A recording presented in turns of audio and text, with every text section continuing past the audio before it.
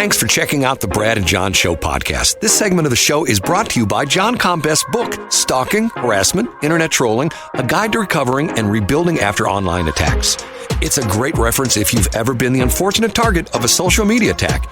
It's available on Amazon. Just search John Combest. That's C-O-M-B-E-S-T, John Combest, and the book will show up in your search results. Now it's time for another segment of the Brad and John Show. Can you handle it?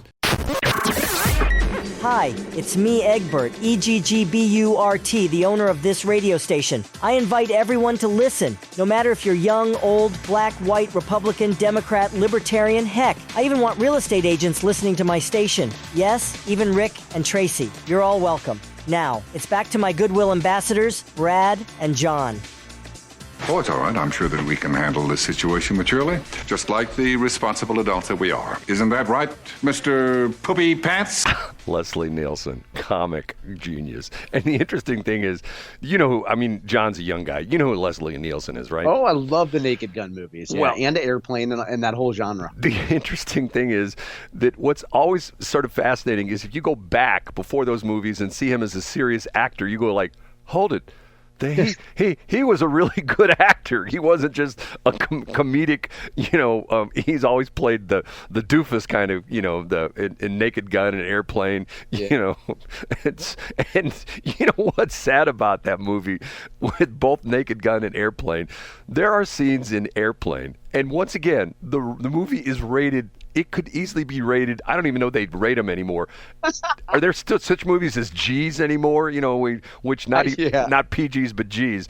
Okay, there is. I should take that back. There's one very short bit of nudity in Airplane. Do you know about this part of the Airplane? Oh, I don't remember that. There's one part where chaos is going on in the airplane, and there's like maybe about 30 frames, which was maybe like a second and 2/10 of a second or something like that, where there are a lady's boobs, which are flashed in front of the camera, just like bang, like that. That's the only part of the entire movie. But one of the funniest parts is when Robert Stack is going to, if you remember, he's the captain who's going to save, he's the airline captain. He's like the senior, he's like the chief pilot, and he's going to the airport, and he's going through the lobby, where the ticket stands are, and he's getting approached by all these different, the Hare Krishnas, and he's karate chopping them and judo, you know what I'm talking about?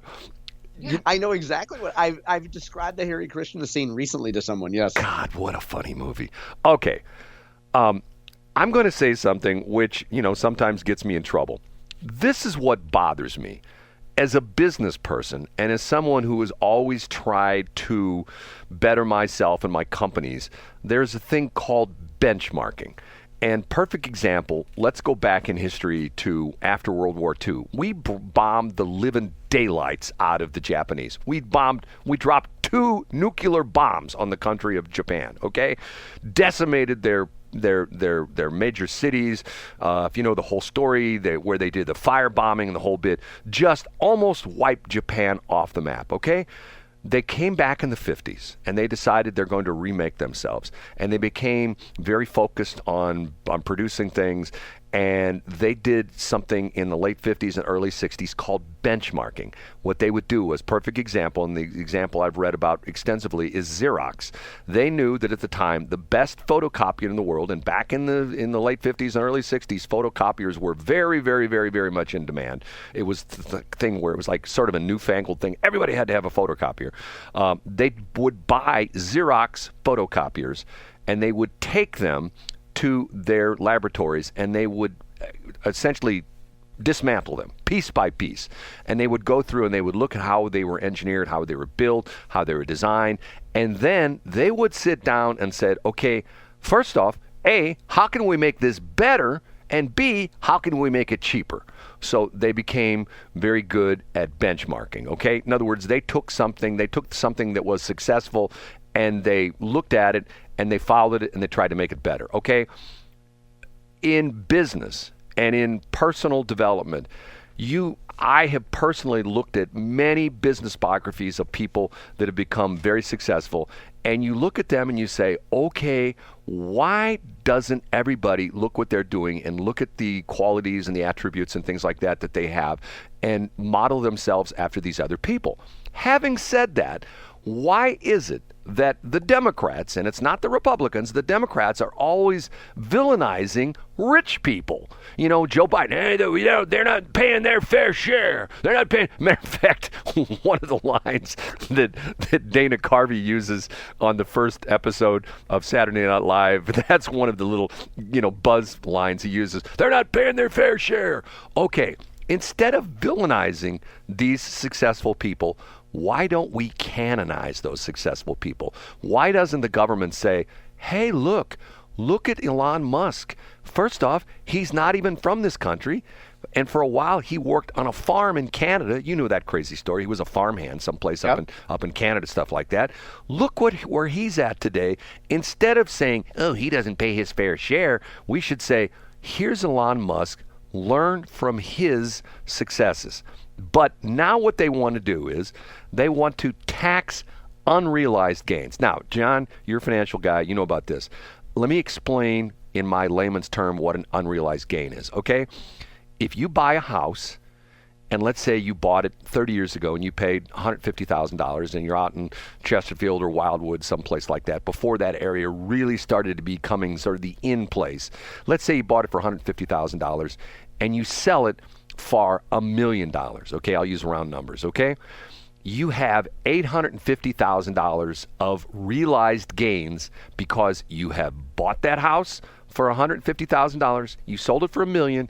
You take $1 million, you subtract $150,000, and you say, okay, you owe capital gains taxes on $850,000. Now, there's all sorts of complications, what I just said, but let's just look at it that way, okay?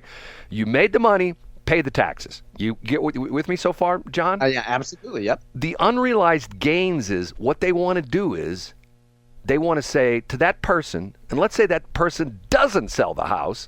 The same example, they bought the house 30 years ago, paid $150,000 for it. Now it's worth $1 million. The government comes in and says, whoa, you now have $850,000 worth of profit in this house. We're taxing you on it. And you go, well, hold on a minute now. I'm still living here. I haven't sold the house. I haven't made a profit. Oh, but that's an unrealized gain, and we're taking tax rates against that. And to the point where my question is, and this is the question when I've ever heard people talk about this, and I've addressed some people who floated this idea, and I said, okay, so let's use the same example. $150,000 house, and let's say they put the rule into effect that they're going to tax you on unrealized gains. So in other words, you get taxed one day because your house is now worth $1 million. Let's say the real estate market crashes and your $1 million house is now worth $500,000 house.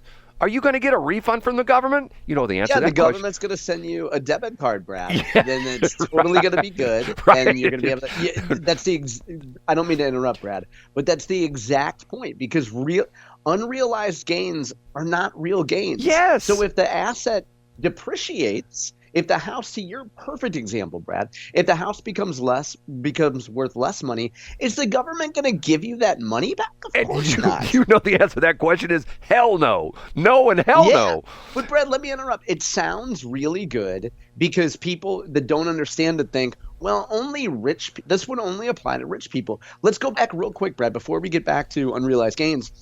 You asked the question rhetorically, why don't we celebrate it? Well, you know the literal answer to that, which is most people aren't not at the top end of that bell curve of having a lot of assets. And it's always better to appeal to people's sense of envy and hatred and animosity and the idea, hey, other people are getting too much. They're screwing you over. That's no fair. That's why we don't appeal to people's sense of bettering themselves, Brad. You know that. I'm just repeating that.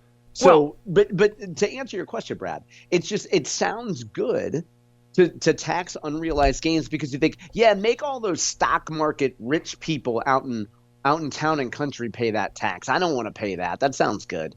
Well, but see, you see where I'm coming from, that you're demonizing the people you should be canonizing? Of course, yeah. But Brad, the other thing is it takes effort to move yourself from one station in life to another. So all you have to do is convince people that they're a victim. And I used this example on the show before, Brad, but if you grew up where you grew up and where I grew up, or if you grew up in Spanish Lake today and it's 2024 and you're a 17-year-old black girl, you've been told your whole life that you're a victim, that white people are holding you down, that white men have this plot to keep minorities without rights and without money and everything else, and you are disenfranchised. No wonder you feel like a victim. So when Kamala Harris and Joe Biden come out and say, hey, this tax plan is good, trust us, we're going to stick it to the rich people, you say, yeah, make the playing field more fair. It's not fair. But see, you're exactly right. And what they're doing is, to a certain extent, they are lying to the people. And once again, you're exactly right. You're appealing to the interests of the people of going like, well, that rich guy, he's got a BMW and I'm driving an old Chevy Vega. That's not fair. You know what I mean? Yep. And let me interrupt, Brad. But the thing is, I used to hear these kind of stories, say 10 years ago. And I would get so frustrated and emotional about it because I'd be like, why don't they understand? That's BS. If you and I grew up in that same environment, Brad, and we were told our whole life we're victims, you believe it. You think, why do those old white people have all the stuff? Or you know what, Brad, if you grew up in Appalachia and you have people coming to you saying, yeah, you know, those insiders are making all the money. The world sucks. The world's unfair. You think, you know what? I'm going to grow up and I'm going to stick it to those guys. Or the alternative, you could say, and what I say, you could learn, you could watch what they do, you can learn by them, and even to the point where the amazing thing is that I have found this interesting in my life. And I have been on, you know, sometimes I've had people say to me, not too much anymore because nobody wants to get in the radio business, but I've had people say to me, matter of fact, I had this discussion just the other day where I was talking to somebody about the Broadcast Center, which was a school, you know, like a trade school here in St. Louis. And once again, years ago, I don't want to go on the whole crazy story, and I'm not trying to make fun of everybody who went to the Broadcast Center. My advice to people would, I've had people, I used to have, when I was, you know, working at the old KSOQ and I did the talk show, I would literally have people call me and ask me about this. If I want to get in the broadcasting business, what would you do? And, you know, I'd tell them, I'd say, go work at a radio station. And they would say, like, well, what do you mean go work at a radio station? I said, show up one day and tell them you want to work there. Well, I don't have any education. Who cares? Walk in the front door. And the interesting thing was, I worked with guys. I can name you guys off the top of my head. Chuck Geiger, who was a very successful disc jockey I worked with years ago. He came to St. Louis from San Diego. Chuck Geiger started in the radio business when he was 14 years old.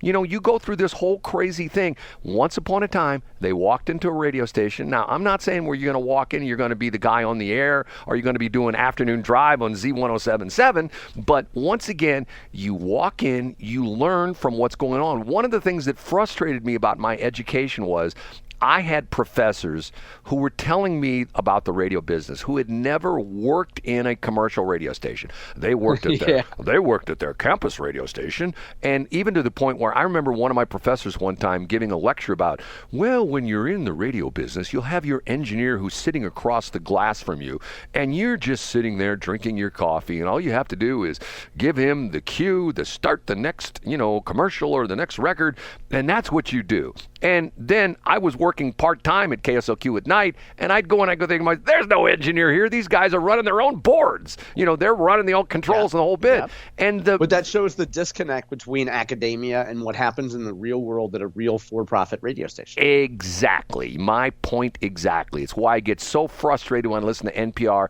and at the end of the show, they name 30 people. Our associate producer is Jim Smith, and blah, blah, blah, blah, blah. And our music director is Waldo Van Zwarski, and our site coordinator is blah, blah, blah. I'm going like, Sean Hannity runs a talk show with 3 people. He's him and 2 other people. He's got a producer and an engineer. Maybe he's got 3 people, and you know, sometimes they have 3 people in the booth. He's running the whole damn talk show that goes to 600 stations around the country. One of the most listened to radio programs in the United States. Used to be the Rush Limbaugh thing. Rush Limbaugh had like 4 people that he worked with. He had himself, he had his engineer, you know, that kind of thing. And I'm thinking to myself, how in the world? And once again, these are shows like one of the shows that I enjoy listening to is this show on NPR. They run it on Saturday mornings and Sunday as well too. And it's, for the life of me, I can never remember the name of the stupid show, but it's with Peter Sagal, and he has all these comedians on and stuff like that. It's one show a week. It's an hour show. When he gives the credits to the show, there must be 20 people working on that show. And I'm thinking to myself, only in national public radio would you have. And it's probably a union guild rule that he has to mention everybody.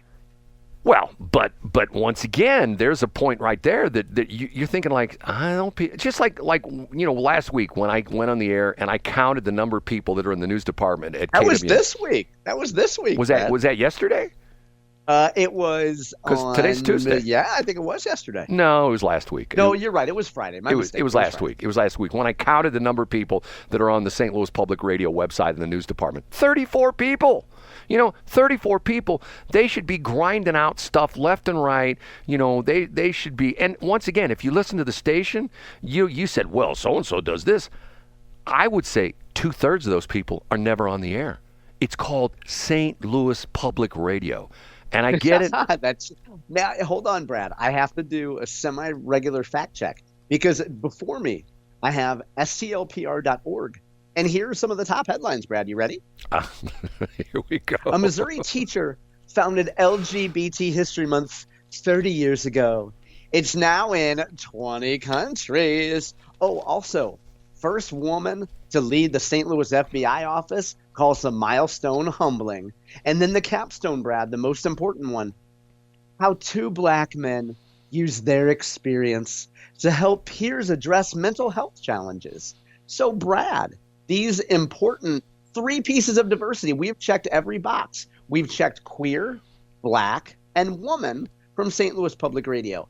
I don't see KMOX doing that, Brad. And what's the sad part of it is, if you just go to the Post-Dispatch, you see some really pertinent articles about, here, let's go. Hey, and that brings up a good point. While you bring that up, Brad, while you bring up the website, I like to make fun of the Post-Dispatch as much as, if not more than anybody. They have been on top of all of these St. Louis city stories. Austin Hughley, Katie Cole, Jacob Barker. They've done great stuff in looking at the St. Louis Development Corporation and all this other nonsense. I couldn't agree with you more. I mean, as a matter of fact, that's the head story right now. New groups are in line to cash in from St. Louis. Some owe taxes, other are just dreams. Okay, and then you go to the fact that there's an article I read earlier about the fact that the guy who is the transportation head of St. Louis Public Schools has resigned. Interesting story. Here's one. Get this: St. Louis police chief holds robbery suspect at gunpoint after leaving officer's funeral. I mean, duh. I mean, here's the police chief who's got his gun on a guy after he leaves the officer's funeral. What does that scream? Well, it screams that we got problems right here in River City. You know what I mean? But yet, do you see? And that's the thing that drives me nuts is with a staff of 34 people, and I bet you any money that you get a basic job in a newspaper. What is the basic beat? The basic beat is the blotter beat, where you show up. Nowadays, you probably look online, but in the old days, you assigned a reporter every morning to go down and take a look at the police reports. You would go through. They called it the blotter. You would go through and look at the police reports, and then you decide, oh, look at this. This is interesting. That Reverend so and so punched his wife. And then the really good stuff you send to Jerry Berger. He takes it to Shelley Barr's dad's restaurant, and then you got a brand new story.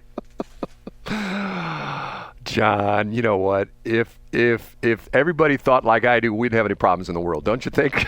That's absolutely right. And you know what, Brad? When you give your talks about how people should go in, I like to give you a hard time. But when you talk about work ethic and you talk about people actually doing the work, that is you. And that is not most people in society today. And it's a mistake to think that most people have your work ethic, Brad, because they don't. And what do I have to show for it? Not much. You've got a lot, Brad. You have a very rich life. Yeah. And you know what? We will be back together tomorrow and Wednesday. I'll show you my bank account. You can tell me how rich I am. And is it bad if the numbers are black or red? I mean, does it make any difference? It should definitely be red, and it should come with a note that says, call us immediately from the Echo camps. John, say goodbye, John. Bye, guys. See you tomorrow. Thanks for checking out the Brad and John Show podcast. This segment of the show is brought to you by John Combest's book, Stalking, Harassment, Internet Trolling, A Guide to Recovering and Rebuilding After Online Attacks. It's a great reference if you've ever been the unfortunate target of a social media attack. It's available on Amazon. Just search John Combest. That's C-O-M-B-E-S-T, John Combest, and the book will show up in your search results. Now it's time for another segment of the Brad and John Show. Can you handle it?